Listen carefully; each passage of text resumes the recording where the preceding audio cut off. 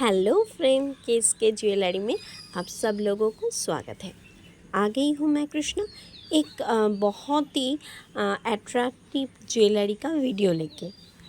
Hardener और resin base को ठीक तरह से सेम क्वांटिटी में मिक्स करने के बाद मैं ये जो क्ले मिलता है उस क्ले को एक ड्रॉप शेप का लुक देने की कोशिश कर रही हूँ।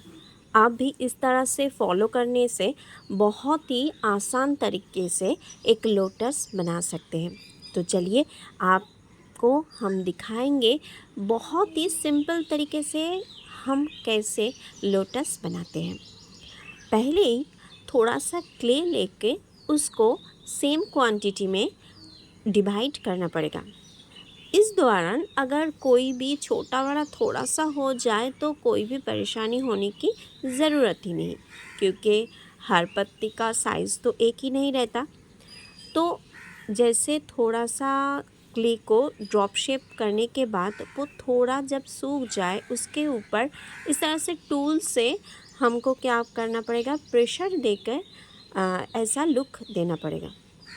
उसके बाद थोड़ा थोड़ा करके जो क्ले हमने डिवाइड किए थे उसको लेके एक पंखड़ी के लुक देने की कोशिश हम करते हैं। उसके लिए भी फ्लैट करके ये जो पंखड़ी है इसको क्या करना है, एक ड्रॉप शेप का ही लुक देना है। थोड़ा सा बड़ा तो कोई थोड़ा सा छोटा। उसके ऊपर भी हम नीडल के माध्यम से ऐसे ही जो लाइन है उस लाइन को खींचना पड़ेगा। सब थोड़ा थोड़ा करके करने के बाद एक के ऊपर एक सही तरीके से आपको बिठाना पड़ेगा। ये जो है ना, ये आप एक लोटस का पिक्चर सामने रखिए। वो जिस तरह से होता है उसको दिमाग में रख कर ही ये पंखड़ी को आपको सजाना पड़ेगा। धीरे धीरे से करना पड़ेगा। अगर हड़बड़ी करते हैं तो वो ख़राब हो जाएगा। ये आपको बिना किसी दिक्कत से ही लगाना पड़ेगा। अगर आप फेविकॉल का यूज़ करते हैं तो ठीक है, अगर नहीं है तो जब भी कच्चा रहता है तभी आप लगाएंगे तो बहुत आसानी से लग जाएगा। मैं यहाँ पर कच्चे रहते ही लगाते हैं तो क्या है ना, बहुत सुंदर से लग जाता है। इस तरह करके ही पूरा कंप्लीट करेंगे हम। एक नहीं, दो लोटस हम यहाँ पर बनाते हैं, एक बड़ा और एक छोटा। छोटे में 2 या 3 ही हम पंखड़ी लगाएंगे और बड़े में ज़्यादा करके लगाना पड़ेगा। थोड़ा देखिए नीच का जो पोर्शन होता है वहाँ पर हम थोड़ा पंखड़ी को कट कर देते हैं, लेकिन अगर कट नहीं करते हैं तो क्या होता है, बहुत ज़्यादा यहाँ पर वेट हो जाता है। तो इसीलिए इसका भी ख्याल रखना पड़ेगा, क्योंकि बहुत सारा पंखड़ी यहाँ पर ऐड हो रहा है। पंखड़ी को यहाँ पर बहुत ही पतला करना पड़ेगा। ज़्यादा थिकनेस आप देते हैं तो इतना पंखड़ी ऐड करने के लिए आपका जो पूरा लॉकेट होता है ना वो बहुत वेट हो जाएगा, तो कस्टमर को पहनने में भी दिक्कत होती है। तो इस तरह का थोड़ा थोड़ा जो चीज़ होता है वो आपको नोटिस में रखना पड़ेगा। हम जो है लोटस को थोड़ा सूखने के लिए रख देते हैं। इन दौरान हम क्या करेंगे, क्ले को एक डाइश के माध्यम से जो बेस का जो एक डिज़ाइन हम करने की कोशिश करते हैं वो हम ट्राई कर रहे हैं। आप देख रहे हैं ये जो पिसबोर्ड हमने कट कर लिया है वो जिस तरह का मेज़रमेंट है उसी के साइड से क्ले को हमने लंबे करके यहाँ पर बिठा दिया है। ये जो है बहुत धीरे से करना पड़ेगा, थोड़ा इसको टाइम देना पड़ेगा सूखने के लिए। जब थोड़ा सा सूख जाए, पूरा नहीं, थोड़ा सा जब सूख जाए तब जो नाइफ के माध्यम से धीरे से ये जो पिसबोर्ड है ना उसको हम धीरे धीरे करके उठा लेंगे। उठाते वक्त ख्याल में रखिएगा ये जो आपने स्ट्रक्चर किया है वो गलती से भी इधर उधर ना हो जाए, उसका आपको ध्यान में रखना पड़ेगा। आप देख ही रहे हैं, हमने जॉइन को फिलअप कर दिया है, जैसे आप बाहर से दिखाई ना दे। और ये जो कार्डबोर्ड है, हम देखिए बहुत ही नाजुक हाथों से इसको उठा रहे हैं। ये उठने के बाद भी थोड़ा इधर उधर तो हो ही जाता है, उसको भी आपको सेट कर देना है।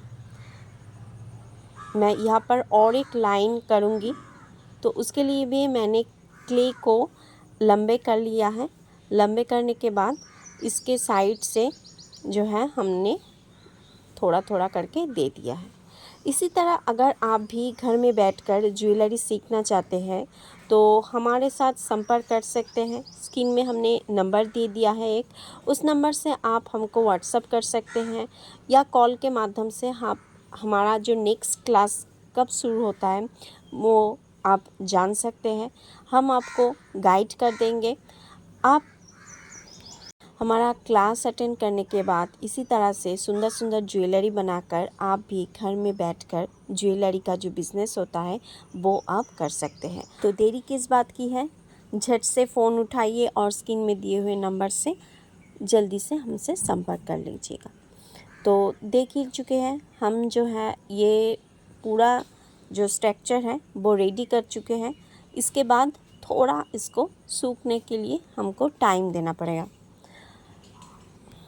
फ्लावर तो हमने बना लिया है, अब आते हैं पत्ते के ऊपर। पत्ते करने के लिए आपको क्ले को बेलना पड़ेगा। उसके बाद एक राउंड कटर के हेल्प से आपको इस तरह से कट कर लेना है। कट कर लेने के बाद इसका जो एक साइड है उस साइड में भी आपको वी शेप करके थोड़ा सा कट कर लेना है। उसके बाद आपको उंगली के माध्यम से प्रेस करके थोड़ा सा जो पत्ते का टेक्सचर होता है वो आपको इस तरह से करना पड़ेगा। फिर आपको नीडल के हेल्प से इसके ऊपर थोड़ा थोड़ा करके जो आप लाइन बनाते जाएंगे। इसमें क्या होगा, पत्ते का जो एक नेचुरल लुक होता है वो दिखाई देना शुरू हो जाएगा। इसके बाद ये जब गीला रहता है तभी हमको क्या करना पड़ेगा, इसको उठाकर हमने जो बेस रेडी किया है उस बेस के ऊपर इसको अटैच कर देना है और फिर थोड़ा सा डेकोरेशन भी करना है। जिस तरह से आप इसको सजाने की सोच रहे हैं उसी तरह से आपको धीरे धीरे करके सारा फूल पत्ता आपको डेकोरेशन करना पड़ेगा। आप देख ही रहे हैं मैं किस तरह से कर रही हूँ। इसी तरह से एक दो पत्ता आप देख के इधर उधर करके आप बहुत आसान तरीके से ये जो ज्वेलरी का जो लॉकेट है वो आप रेडी कर सकते हैं। पहले तो मैं 2 ही फ्लावर बनाए थे, लेकिन आखिर में देखा यहाँ पर ना बहुत ही जो जगह है वो बहुत खाली खाली सा लग रहा था। इसके लिए मैंने क्या किया और एक यहाँ पर फ्लावर अटैच कर लिया है। रेडी करके हमने यहाँ पर थोड़ा सा डिज़ाइन करके बिठा दिया है। ये डिज़ाइन कैसा लगा ज़रूर आप कमेंट बॉक्स में बताना। क्या है ना, पूरा जो डिज़ाइन है उसको दिखाने के लिए बहुत टाइम लगता है, तो वीडियो क्या है बहुत लंबा हो जाता है। जितना भी कट करो फिर भी जो थोड़ा थोड़ा करके सब कुछ अगर हम दिखाने की कोशिश करते हैं तो पता नहीं वीडियो लंबा ही हो जाता है। इस तरह का डिटेल में देखना आप भी पसंद करते हैं कि नहीं, वो भी आपको कमेंट बॉक्स में कमेंट करना पड़ेगा।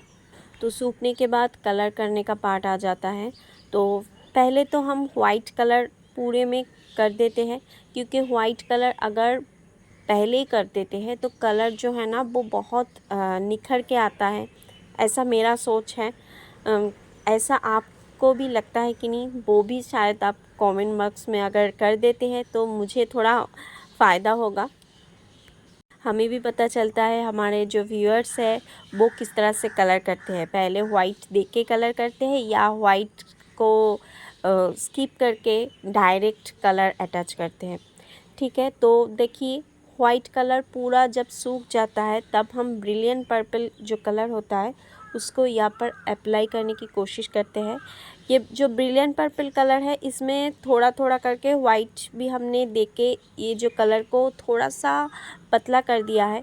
शायद कैमरा के वजह से आपको दिखाई दे रहा है, कुछ कुछ जगह में कलर बहुत डीप तरीके से है, कहीं पे कलर बहुत लाइट है। इसी तरह से पूरा फ्लावर हमने रेडी कर दिया है। वो भी सूखने के लिए थोड़ा सा वेट करना पड़ेगा। इसके ऊपर फिर से थोड़ा कलर हमको नेक्स्ट टाइम में करना है। तो जब तक ये सूख जाए तब तक हम दूसरे साइड को कलर कर देते हैं। जैसे अभी हम ये जो पत्ता है इसमें लाइट ग्रीन का अप्लाई कर रहे हैं, और इसके पहले हम जो बेस में light yellow by lemon yellow जो ही आप बोलते हैं उसको हमने अप्लाई किए थे। यहाँ पर भी थोड़ा सा डीप ग्रीन का यूज़ कर रहे हैं बॉर्डर के साइड में, तो पता क्या है ना और थोड़ा डिटेल हो जाएगा। जब लाइट पिंक सूख जाए उसके बाद थोड़ा सा करके कलर को, जो ब्रिलियंट पर्पल का डीप कलर होता है वो इसमें हमको अप्लाई करना पड़ेगा। इसके ये जो 2-3 आप एक ही फ्लावर में शेड देते हैं, इससे कलर बहुत ब्राइट लगता है और बहुत ज़्यादा सुंदर भी लगता है। तो इसी तरह से आप एक ही फ्लावर में 2-3 शेड का अप्लाई कीजिए तो आपका ज्वेलरी ऑलरेडी सुंदर दिखने लग जाएगा।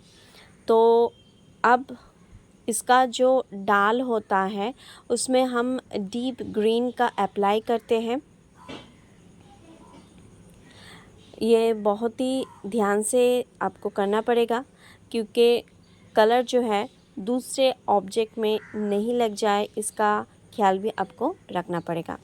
ये जो साइड में हम यहाँ पर गोल्डन येलो का अप्लाई कर रहे हैं, गोल्डन येलो का भी अप्लाई हम थोड़ा थोड़ा किसी किसी शेड के ऊपर, जैसे लेमन येलो शेड के ऊपर भी दे रहे हैं। तो इसी तरह से दोनों कलर को हम बहुत सही ढंग से मिक्सचर कर दे रहे हैं। कैसा लग रहा है कलर आप बताइए कमेंट बॉक्स में। धीरे धीरे करके सारा कलर हम यहाँ पर मिक्स कर दे रहे हैं। ज्वेलरी में कलर का बहुत इम्पोर्टेंट रहता है। अगर आप थोड़ी भी क्ले का जो टेक्सचर बनाते हैं वो ख़राब भी बन जाए, लेकिन अगर कलर आप ठीक तरह से कर पाते हैं तो आपका ज्वेलरी सबको पसंद आ जाएगा। लेकिन अगर आप क्ले का काम बहुत अच्छा भी करते हैं लेकिन कलर आप ठीक तरह से नहीं कर पाते हैं तो अच्छा होने के बाद भी लोगों को पसंद नहीं आएगा। तो उसके लिए कलर के ऊपर ध्यान देना सबसे ज़रूरी होता है। तो मेरा कलर पूरा कंप्लीट हो गया है। कलर कंप्लीट होने के बाद सूखने के लिए मिनिमम टाइम देना पड़ेगा, क्योंकि पूरा अगर कलर नहीं सूखता उसके बाद आप बर्निश करते हैं तो कलर जो है ना वो ख़राब हो सकता है। तो इसीलिए सूखने के लिए पूरा टाइम इसको देना पड़ेगा। तो मैंने टर्सलिंग जो है वो सिंपल ही रखा है। ओवरऑल कैसा लगा वो कमेंट बॉक्स में कमेंट करके बताना पड़ेगा आप लोगों को। तो आज के लिए वीडियो इतना ही, मिलते हैं नेक्स्ट वीडियो में, तब तक के लिए सबको बाय।